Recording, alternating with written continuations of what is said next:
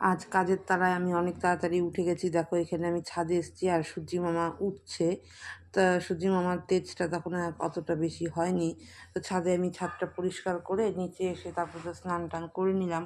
আর এদিকে দেখো আমি স্নান করে তারপরে এই ওয়াশিং মেশিনটা চালিয়েছি, মশারি ধুচ্ছি। আর এদিকে হাতের ছোটো ছোটো জিনিসগুলো ধুয়ে আমি ঘরে এই বারান্দাতেই তো মেলে দিই। আর এখন যা অবস্থা, এখন ছাদে যাওয়ার দরকারই পড়বে না। তো এই সমস্ত কাজকর্মগুলো করে আমি একটু চা নিয়ে বসেছি। চা খেয়ে তারপর তো আবার যথারীতি রান্নাবান্না শুরু করে দিয়েছি।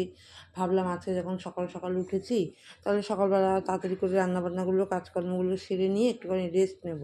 কিন্তু ওই যা কপালে না থাকলে যা হয়, রেস্ট আর নিতে পারলাম না। ভাবলাম অনেক দিন ধরে তো রিলসগুলো বানানো হয়নি, তো একটুখানি ছাদে গিয়ে আজকে একটু রিলস বানাবো, যেহেতু একটু গরমটা কম আছে। তো তাই করলাম, খাওয়া দাওয়া করে আর রেস্ট করে নিয়ে চলে গেলাম ছাদে। ছাদে গিয়ে একটু রিলস বানিয়ে নিলাম। রিলস বানাতে বানাতে হয়ে গেল সন্ধে।